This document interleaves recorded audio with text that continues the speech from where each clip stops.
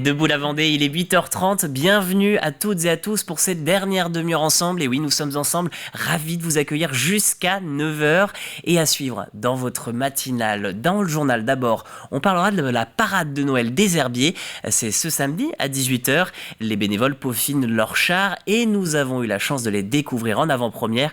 On les gardera secrets pour des raisons assez évidentes, mais vous pourrez découvrir leur labeur. Emploi toujours, nous parlerons du plan vélo pour faciliter la mobilité douce dans tout le département, y compris en espace rural. Et puis travail, enfin, avec Enedis qui vous fera découvrir un chantier un peu particulier sur le réseau électrique. Des cigognes ont élu domicile sur un pilier et le nid, vous le verrez, est un petit peu encombrant. À l'issue du JT, c'est aussi votre coup de fil à la une de la presse. Hier, nous parlions Téléthon avec le coordinateur départemental Daniel Gaborio. Aujourd'hui, nous vous présentons la télé provisoire mise en place par une équipe de bénévoles. Elle émettra cette année depuis le 18B. Jean-Marie Bidot, l'un de ses fondateurs, vous précisera son fonctionnement. Et enfin, votre invité de la matinale, Gérard Gavory, le préfet du département. Cette semaine, 3 nouveaux espaces France Service vont être ou ont été inaugurés à travers le département. Et c'est l'occasion de faire le point avec le préfet sur le fonctionnement de ces espaces chargés de rétablir du lien entre l'État et les citoyens. Et pour ceux qui ont encore du mal avec leur fonctionnement, Gérard Gavory a pris le temps ce matin de réexpliquer l'intérêt des France Service. Vous pouvez bien sûr retrouver cette interview en replay sur tvvendée.fr. Voilà pour le programme. Passons à votre météo. Votre temps pour ce 1er décembre. Décembre avec bien sûr pas de neige ce matin. C'est dommage puisque normalement c'est le mois où ça commence. Par contre il y a un peu de pluie et ça il n'y a pas de pluie non plus et ça c'est pas plus mal. D'épais nuages vous accompagneront au réveil. 5 degrés en moyenne dans les terres avec une minimale de 4 à Chantonnay, Montaigu et aussi la Châtaigneraie. Sur la côte 6 degrés, 5 à Saint-Jean-de-Mont. Dans l'après-midi les nuages devraient se dissiper et laisser place à quelques rayons de soleil sur la côte en remontant jusqu'à La Roche-sur-Yon. Le sud-est du département restera sous la grisaille. Côté température, 7 degrés pour la maximale au bord de l'eau et à Luçon. Dans le territoire, la moyenne prévue est de 6 degrés. Parlons marée à présent. En ce moment même, cette marée remonte comme sur tous les horaires de cette semaine à 8h32, 11h23 pour la prochaine marée haute, la seule du jour. Le coefficient est prévu aux alentours de 53, c'est notre plus basse marée haute d'ailleurs si l'on peut dire pour cette semaine, puisque les coefficients vont commencer à remonter dès demain midi. Le dernier coefficient à 53 c'est cette nuit, un peu après ou peu avant 1h du matin. Pour les marées descendantes, rendez-vous sur la plage à 17h, parfait pour l'horaire du goûter. Il fera quand même un petit peu frais, j'espère que vous aurez du soleil comme nous l'avons annoncé ce matin. Par contre, si vous prenez un pull et quelques victuailles, vous aurez de quoi passer un bon goûter. Alors les victuailles, parlons-en avec les horaires des marchés pour aujourd'hui. Avant de revenir sur Champ-Saint-Père, d'autres rendez-vous tout autour, La Roche-sur-Yon, le Poiret-sur-Vie, Chantonnay, Saint-Germain-en-Princé, Saint-Philbert-de-Bouenne, sur la façade atlantique, La Grinière, Saint-Gilles-Croix-de-Vie, Bretignolles-sur-Mer, les Sables d'Olonne, Talmont-Saint-Hilaire et Avrier. Et comme convenu, on revient du côté du Champ-Saint-Père. C'est rendez-vous depuis 8h, donc ça a commencé il y a une petite demi-heure, c'est jusqu'à 13h pour ce marché place de l'église, ce qui veut dire que vous pouvez prendre votre temps ce matin. Vous avez le temps d'aller faire les courses. Prenez le temps de rester avec nous jusqu'à 9h. Nous fêtons les Élois. Alors bonne fête à tous les Élois. Le soleil est en train de se lever puisque c'était à 8h30. Et maintenant que vous avez toutes ces infos, on passe au JT tout de suite puisque comme ça après vous pourrez aller au marché.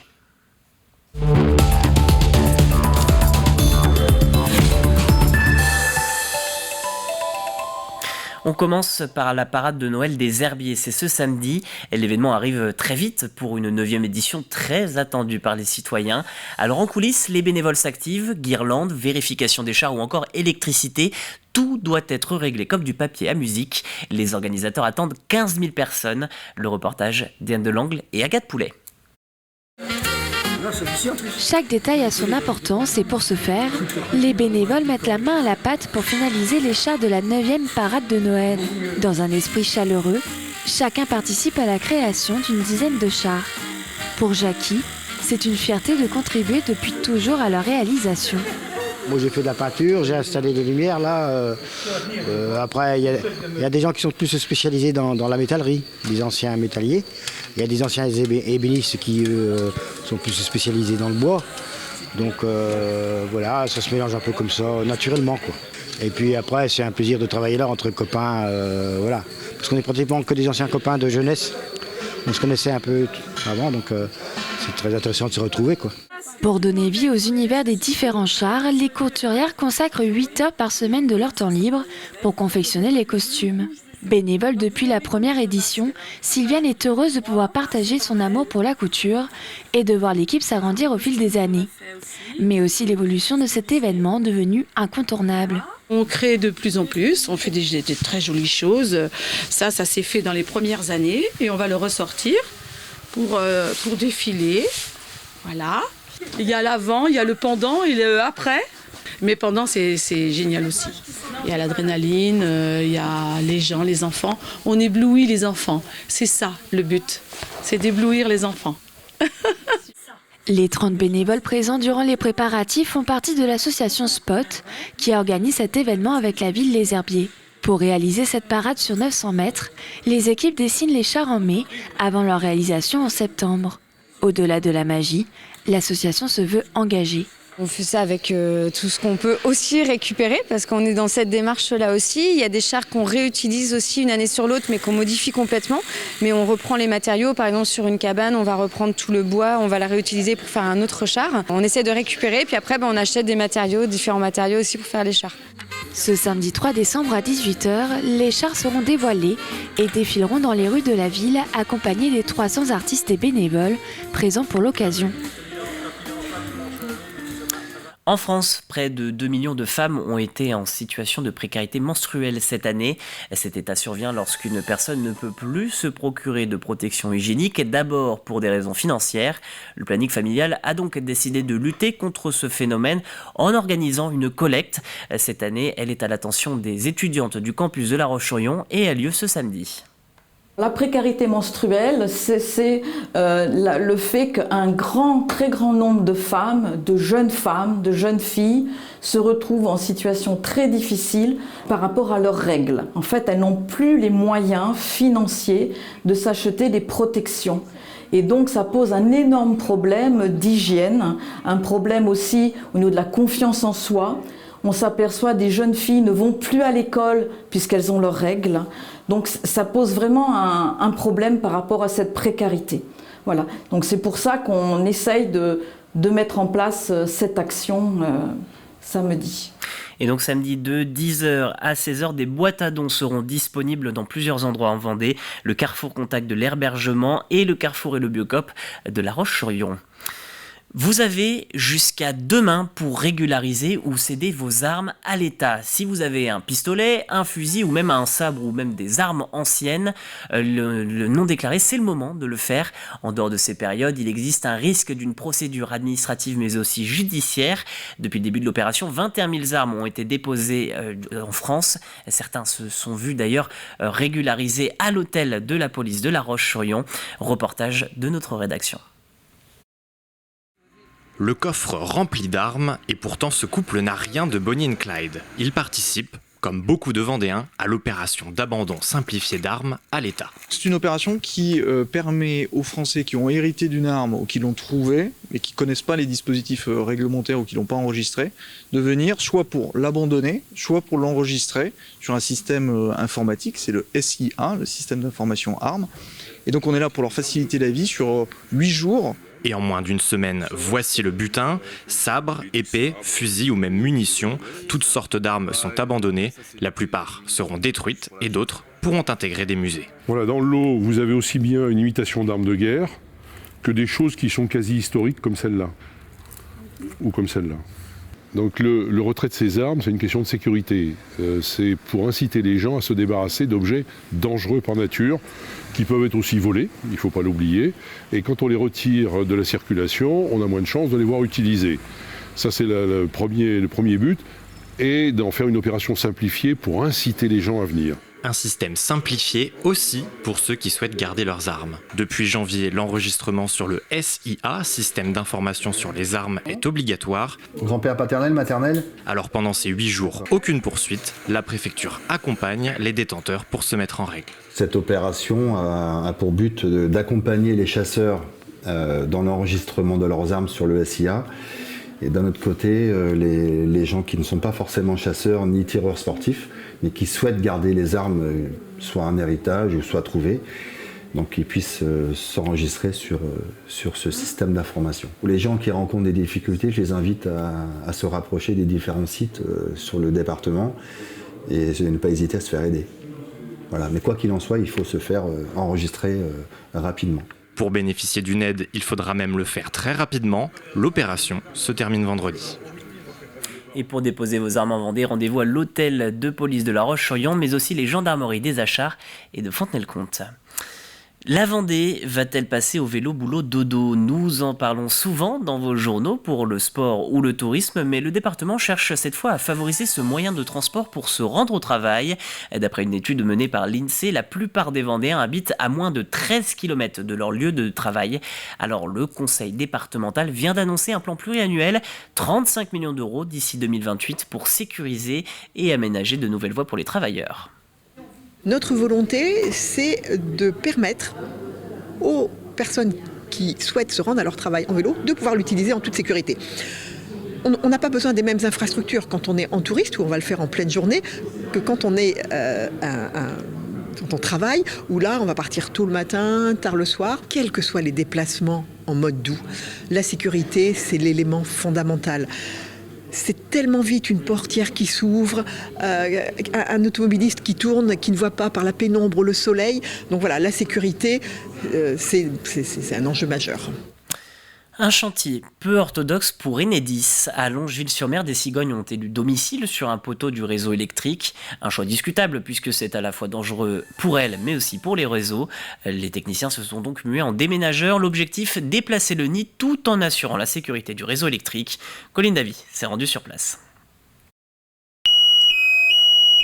Un nid d'une centaine de kilos perché sur un poteau électrique. Des cigognes s'étaient installées ici, mais il est temps de déménager, trop dangereux pour elles et trop de risques pour le réseau électrique. C'est une opération qu'on mène annuellement avec les LPO dès qu'ils nous ramènent à un point qui pourrait être accidentogène.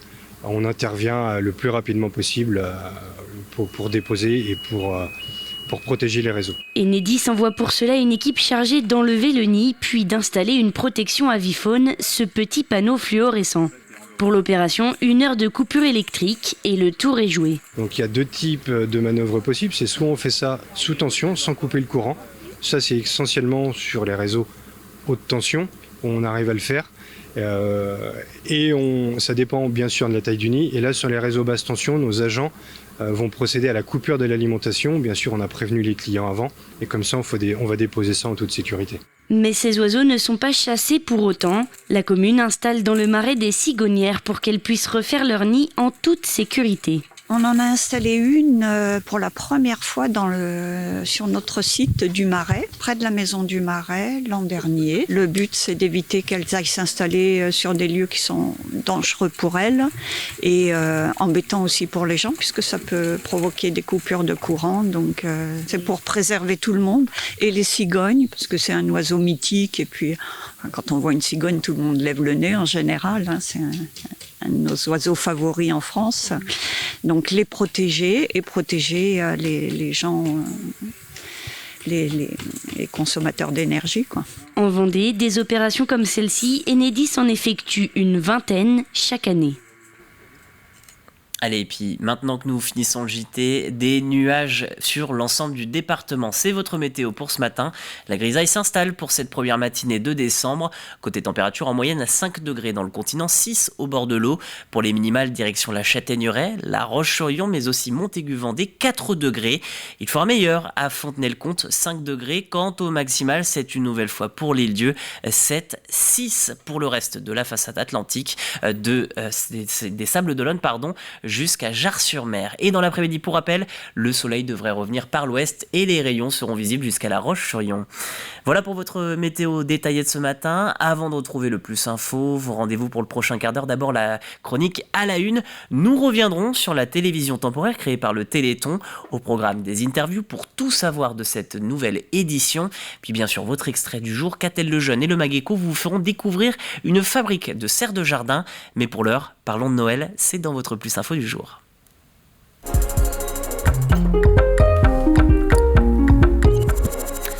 Dans votre journal, nous parlions des chars de Noël pour la parade des herbiers. Mais d'autres festivités vont avoir lieu, et notamment les marchés de Noël.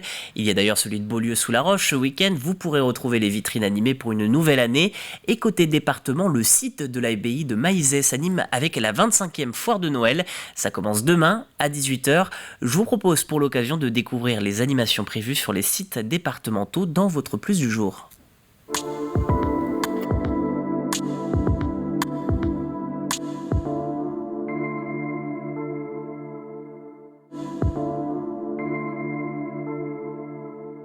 Sur le département, on a 2 grands marchés de Noël finalement. Il y a Tifauge, bien connu, et puis la foire de Noël de Maizet.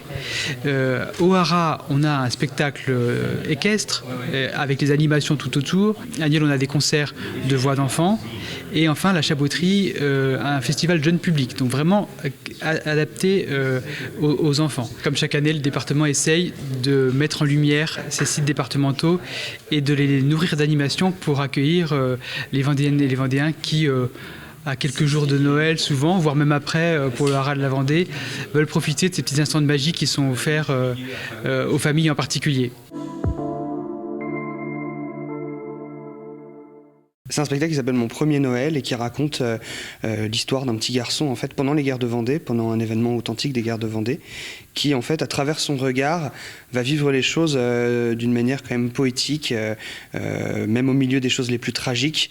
Il raconte en fait comment est-ce qu'il a vécu Noël pendant la guerre de Vendée. Je voulais créer quelque chose qui à la fois ait du sens pour le lieu dans lequel il sera joué et qui en même temps soit vraiment un spectacle de Noël, et ça sera un spectacle de Noël. Alors, il y a la lumière, l'obscurité, hein, les deux vont ensemble. Il y a un accueil un petit peu festif avec une décoration végétale très originale, des personnages en bois, de la neige, toujours de la neige, quelle que soit la météo. Voilà, et puis des lampadaires, des luminaires installés dans le grand chêne du château, sur toute la cour, et tout un décor sur le logis, la chapelle, tout autour des chalets. Et tous les chalets sont dans l'obscurité et illuminés de l'intérieur pour mettre en évidence les marchandises qui sont proposées par les artisans et les commerçants.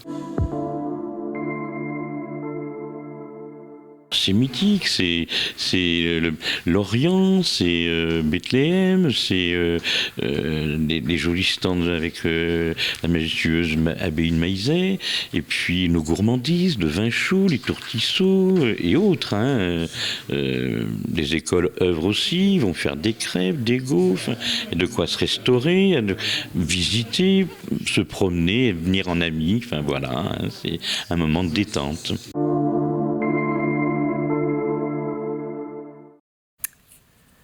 Et des animations, il y en a plein d'autres prévues. Tifauge propose par exemple son propre marché de Noël ce week-end. À découvrir ce vendredi, samedi et dimanche aussi le marché de Port-Joinville sur l'Île-Dieu et celui des Herbiers ce 3 et 4 décembre. D'autres rendez-vous à La Roche-Charvière, Maché ou encore Saint-Martin-Larsan, Saint-Hermine. Bref, vous le voyez, la liste est longue. Rendez-vous sur le site Vendée Tourisme pour tous et toutes les découvrir, ces événements et ces festivités. Passons maintenant à votre chronique presse.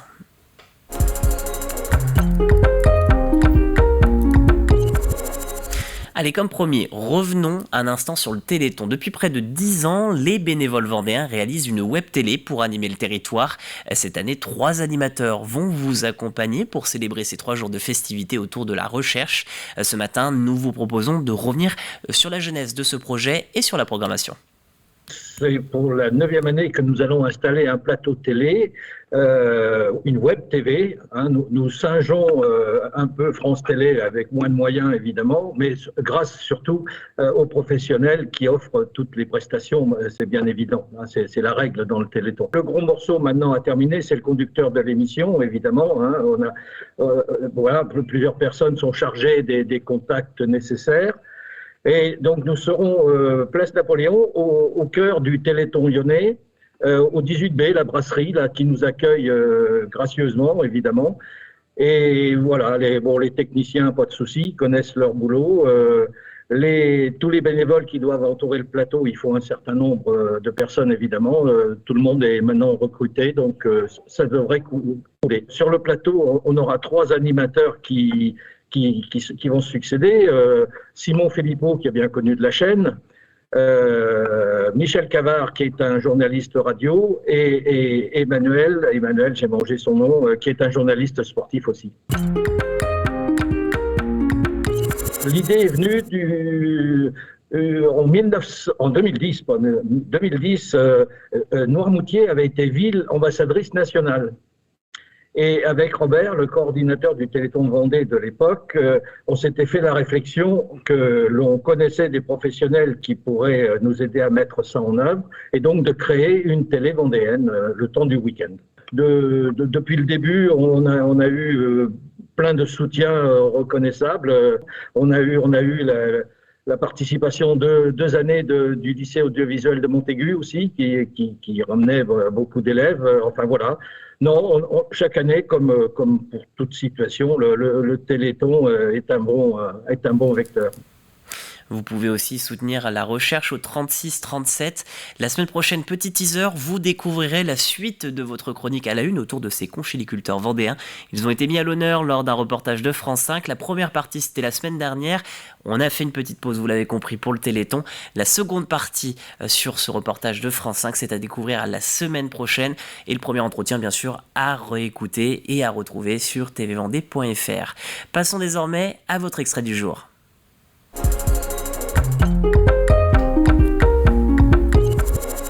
Allez, direction la Châtaigneraie pour notre extrait. Catel Lejeune vous propose de découvrir l'entreprise Lamps, spécialisée dans la création, mais aussi la fabrication de serres de jardin. 3000 serres sortent de cet atelier de 400 mètres carrés où 45 salariés travaillent. Le secteur, vous le savez, est en plein essor depuis 2 ans. Et avec les confinements, vous êtes de plus en plus nombreux à aménager votre jardin. Rencontre donc avec le directeur général de cette entreprise. Bonjour Bertrand. Bonjour Catel. Merci de nous accueillir dans ton entreprise, plus précisément dans un des showrooms de Lamps, puisque c'est donc l'entreprise dont tu es le directeur général. Alors explique-nous, on se doute un petit peu qu'on est dans l'univers du jardin, mais explique-nous un petit peu ce qu'on fait ici. Alors on est dans un univers complètement dédié au jardin, même si on est à l'intérieur aujourd'hui, oui. Mais effectivement notre univers c'est la serre. C'est la protection des plantes, c'est le jardin d'hiver, c'est tout ce qui tourne autour de l'aménagement, l'embellissement du jardin, la vie dans le jardin. Comment t'en es venu dans cette entreprise de Lamps ? Alors, en fait, je suis arrivé à la Châtaigneraie dans les années 90. Ouais. J'ai rencontré donc Emmanuel Girard, mon associé. Ah oui, voilà, il faut préciser donc que vous êtes 2 dirigeants. Nous sommes 2 dirigeants et très complémentaires dans nos compétences et nos savoir-faire.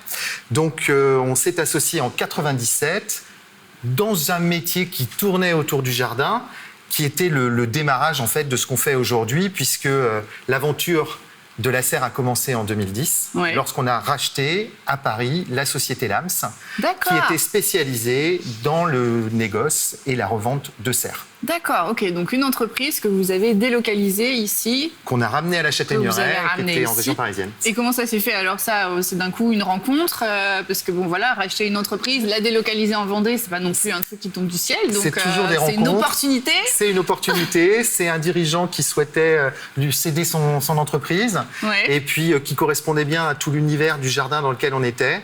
Et on s'est dit, banco, on y va. Et ça correspondait bien. C'était très complémentaire de nos autres produits. Qui étaient déjà dans le jardin. Était déjà dans le jardin et puis avec une clientèle qui était aussi commune. Donc on a repris cette activité assez rapidement et on l'a intégrée ici en Vendée. Et alors donc des serres de différents styles, explique-nous. Alors il y a plusieurs modèles de serres. On a des serres, le premier prix de la serre c'est 400 € et on va jusqu'à des serres à 5, 10 000, 15 000, 20 000 € okay. En fonction de ce que le client souhaite. Chacun imagine sa serre comme il a envie de la vivre. D'ailleurs, l'évolution d'une serre qui peut passer au départ, voilà, pour faire un petit potager, peut se dire, non, je vais finalement l'aménager d'une autre manière et en profiter d'une autre manière. Ah. Tout est possible avec la serre. Voilà pour votre extrait du jour. L'intégralité de cette émission est à découvrir dans quelques instants sur TV Vendée. Et puis si vous n'avez pas le temps, vous pourrez bien sûr retrouver toute l'émission et toutes les émissions du Mag-Eco sur tvvendée.fr. On passe tout de suite à votre jeu.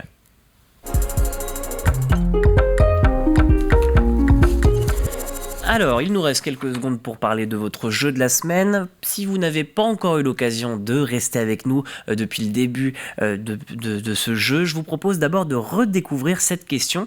Comment s'appelle cette exposition visible à la médiathèque Benjamin Rabier de La Roche-sur-Yon?